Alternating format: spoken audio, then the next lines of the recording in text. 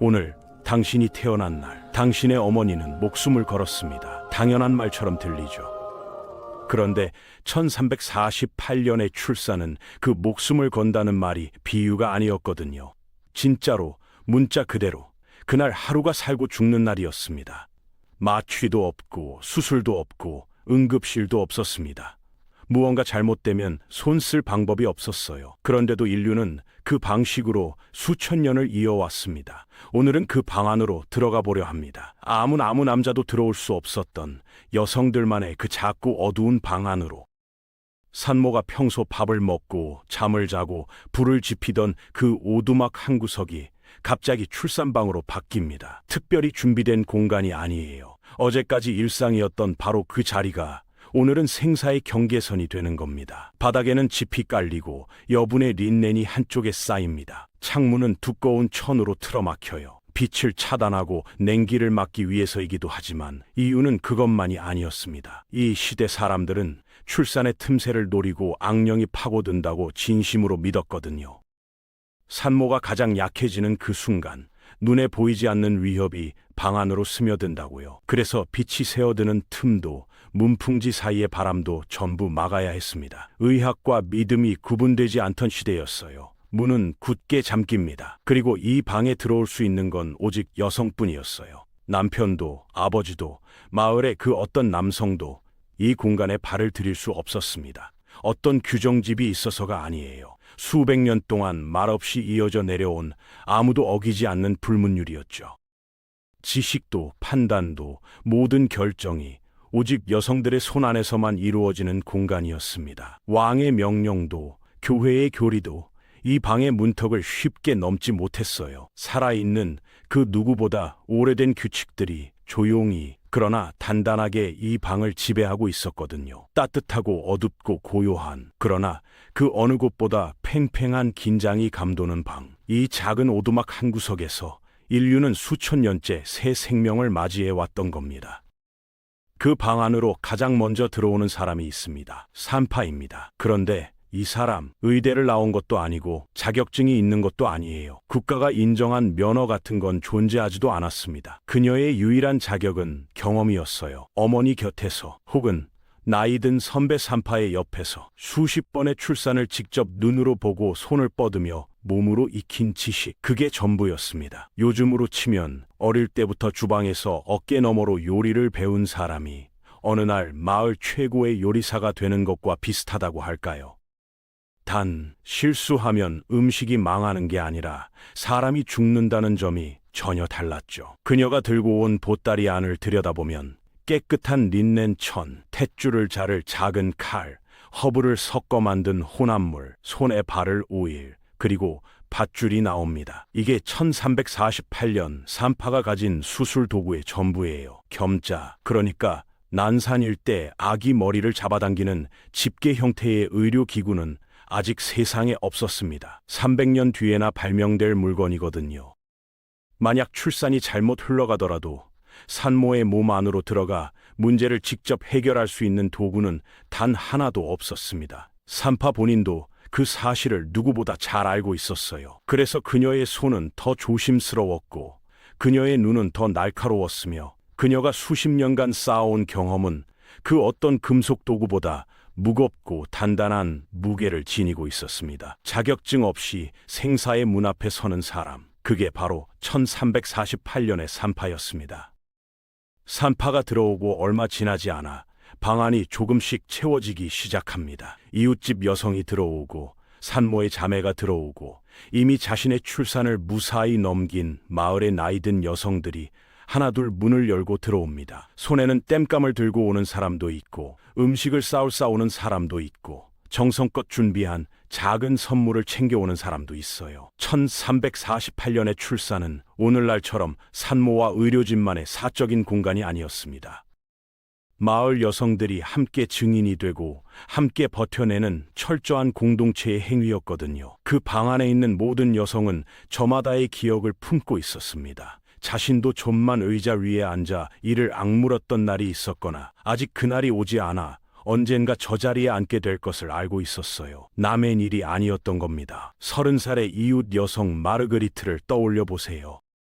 그녀는 2번의 출산을 겪었고 첫째 아이를 낳다가 하마터면 목숨을 잃을 뻔했습니다. 그런 그녀가 이 방에 들어오는 건 의무가 아니었어요. 그냥 왔습니다. 누가 시켜서가 아니라 저 침대 위의 두려움이 자신의 두려움과 같다는 걸 알기 때문에. 이 연대는 계약서도 보상도 없었습니다. 그저 같은 두려움을 공유하는 사람들이 서로의 손을 잡는 것. 그게 1348년 출산방의 풍경이었습니다. 진통이 본격적으로 강해지면 방 한가운데로 조심스럽게 옮겨지는 물건이 있습니다. 분만 의자입니다. 생김새는 단순해요. 낮고 평평한 나무 의자인데 앞쪽이 U자 모양으로 뚫려 있습니다. 별거 아닌 것처럼 보이지만 이 설계 안에는 수백 년의 지혜가 담겨 있어요. 중력을 이용하는 겁니다. 산모가 똑바로 앉아 몸을 앞으로 살짝 숙이면 아기가 자연스럽게 아래쪽으로 내려오도록 유도되거든요. 그런데 흥미로운 사실이 있습니다. 오늘날 우리가 떠올리는 출산 장면, 그러니까 산모가 등을 대고 평평하게 누운 채 다리를 벌리는 그 자세는 사실 중세에는 존재하지 않았어요. 그 자세는 수세기 뒤 의사들이 진료하기 편하도록 도입된 방식입니다. 산모의 편의가 아니라 의사의 편의를 위해 만들어진 거예요. 1348년의 산모는 누워서 낳지 않았습니다. 앉아서 중력과 함께 몸이 원하는 방향으로 힘을 줬어요.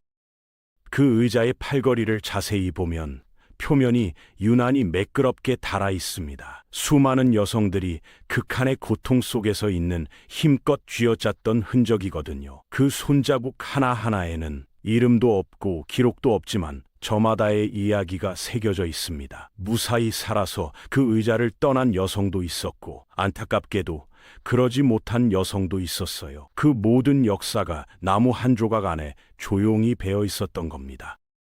분만 의자에 앉은 산모 곁에서 시간이 흐르기 시작합니다. 1시간, 2시간, 때로는 그보다 훨씬 더 길게 따뜻하고 어두침침한 방 안에서 진통의 파도가 밀려왔다 빠져나가기를 반복합니다. 여성들은 교대로 산모의 등을 받쳐주고 손을 꼭 잡아주고 하복부에 따뜻하게 달군 린넨을 올려 찜질을 해줍니다. 그리고 그 아래쪽에는 산파가 자리를 잡고 있어요. 산파는 오일을 손에 바르고 촉각만으로 자궁 경부가 얼마나 열렸는지를 확인합니다. 지금 이 순간 그녀에게 주어진 도구는 오직 자신의 손가락뿐이에요. 초음파 기기도 없고 태아의 심박수를 실시간으로 보여주는 모니터도 없습니다. 아기가 지금 어떤 상태인지, 탯줄이 제대로 된 위치에 있는지, 심장이 정상적으로 뛰고 있는지를 확인할 방법이 전혀 없었어요. 산파가 가진 건 손끝의 감각, 수십 번의 출산을 통해 쌓인 경험, 그리고 패턴을 읽는 직관뿐이었습니다. 자궁 경부가 손가락 몇 개 너비만큼 열렸는지, 수축의 간격이 얼마나 좁아지고 있는지, 산모의 숨소리와 얼굴빛이 어떻게 변하는지, 그 모든 신호를 동시에 읽으면서 지금 출산이 어떻게 흘러가고 있는지를 판단하는 겁니다. 현대의 의사라면 기계가 대신 해줄 일을 이 여성은 온몸으로 해내고 있었어요. 기술이 없던 게 아닙니다. 기술 대신 사람이 있었던 겁니다. 진통이 깊어질수록 산모의 고통은 압도적인 수준으로 치닫습니다. 파도처럼 밀려오는 수축이 온몸을 관통하고 숨을 고를 틈도 없이 다음 진통이 덮쳐옵니다. 이 순간 산파가 꺼내드는 건 주사기도 약병도 아닙니다. 허브예요. 쑥과 카모마일을 우려낸 차를 끓여 산모의 손에 쥐어주고 세이지와 라벤더가 섞인 오일로 배를 천천히 부드럽게 마사지합니다. 현대인의 눈으로 보면 너무 소박해 보일 수 있어요. 그런데 이 허브들 단순한 민간요법이 아닙니다. 카모마일은 실제로 근육 이완 효과가 있고 라벤더는 불안을 낮추는 데 효과가 있다는 게 현대 연구에서도 확인된 사실이거든요. 수백 년의 경험이 틀리지 않았던 겁니다. 그래도 고통이 최고조에 달하면 산파는 가죽끈을 산모의 입에 물려줍니다. 악물고 버티라는 거예요. 무통 주사도 모르핀도 그 어떤 현대적 진통제도 없는 이 방에서 산모가 기댈 수 있는 건 가죽끈과 손을 꽉 잡아주는 옆 사람의 온기뿐이었습니다. 그리고 산파의 목소리, 수백 년 동안 이 방에서 반복되어 온 그 말, 너는 할 수 있다. 네 몸은 방법을 알고 있다. 그 말이 공허한 위로가 아니었던 건 그 말을 해주는 사람 역시 저 자리를 직접 통과해 온 여성이었기 때문입니다. 고통을 아는 사람의 목소리는 다르게 닿거든요. 진통이 예상보다 길어지기 시작하면 방 안의 공기가 달라집니다. 여성들의 눈빛이 조금씩 무거워지고 산파의 손놀림이 더 빨라져요. 기다림이 희망에서 불안으로 넘어가는 그 경계, 산파는 그 순간을 본능적으로 감지합니다. 그리고 움직이기 시작해요. 먼저 산모를 일으켜 세웁니다. 두 명의 여성이 양옆에서 산모를 부축하고 좁은 방 안을 천천히 걷게 만듭니다. 걷는 게 뭐가 도움이 되냐고요. 중력이 아기를 아래로 끌어내리고 골반이 움직이면서 아기의 위치가 조금씩 바뀌거든요. 도구 없이 할 수 있는 가장 효과적인 방법이었습니다. 산파는 동시에 묵직한 손길로 산모의 배를 아래쪽으로 쓸어내립니다. 부드럽지만 단호하게 아기에게 방향을 알려주듯이. 그런데 여기서 멈추지 않아요. 산파는 기도를 올립니다. 산모를 보호한다고 믿어지는 성인의 이름을 부르고 축복받은 천이나 벨트를 침대 근처에 조심스럽게 올려놓습니다. 지금 우리 눈에는 의학적 행위와 종교적 행위가 뚜렷하게 구분되지만 1348년의 산파에게 그 둘은 하나였어요. 손으로 배를 누르는 것과 신의 이름을 부르는 것, 둘 다 같은 목적을 향한 행위였거든요. 산모를 살리는 것, 그게 전부였습니다. 믿음이 의학을 대체한 게 아니라 믿음과 의 함께 그 방을 버티고 있었던 겁니다. 그리고 마침내 그 순간이 옵니다. 출산 전체를 통틀어 가장 위험한 찰나, 아기가 세상 밖으로 나오는 바로 그 순간이에요. 산파는 아래쪽에 단단히 자리를 잡습니다. 오일을 바른 손으로 아기의 머리가 나오는 것을 받치고 조심스럽게 돌리면서 몸이 따라 나오도록 유도합니다. 서두르지 않아요. 너무 빨리 당기면 산모의 몸이 찢어지고 너무 늦으면 아기가 위험해집니다. 그 사이의 균형을 손끝으로 맞춰가는 겁니다. 그런데 모든 출산이 순조롭게 흘러가지는 않았어요. 탯줄이 아기의 목에 감겨 나오는 경우가 있었습니다. 산파는 어두운 방 안에서 오직 손가락 감각만으로 그것을 찾아내고 풀어내야 했어요. 눈으로 볼 수 없는 상황에서 시간은 없고 손은 떨리지 않아야 하는 그 순간, 더 심각한 경우도 있었습니다. 아기가 거꾸로 자리를 잡은 여가이거나 옆으로 누운 횡위인 경우예요. 지금이라면 제왕절개로 몇 분 안에 해결될 문제입니다. 하지만 이 방에는 수술실이 없었어요. 산파의 손이 수술실이었습니다. 위치를 바로잡으려 안간힘을 쓰는 그 손이 이 방에서 쓸 수 있는 마지막 수단이었거든요. 현대의 수술실에서라면 위기라고 부를 수준이 이 방에서는 이미 사형 선고에 가까웠습니다. 산파는 그 사실을 알면서도 손을 거두지 않았어요.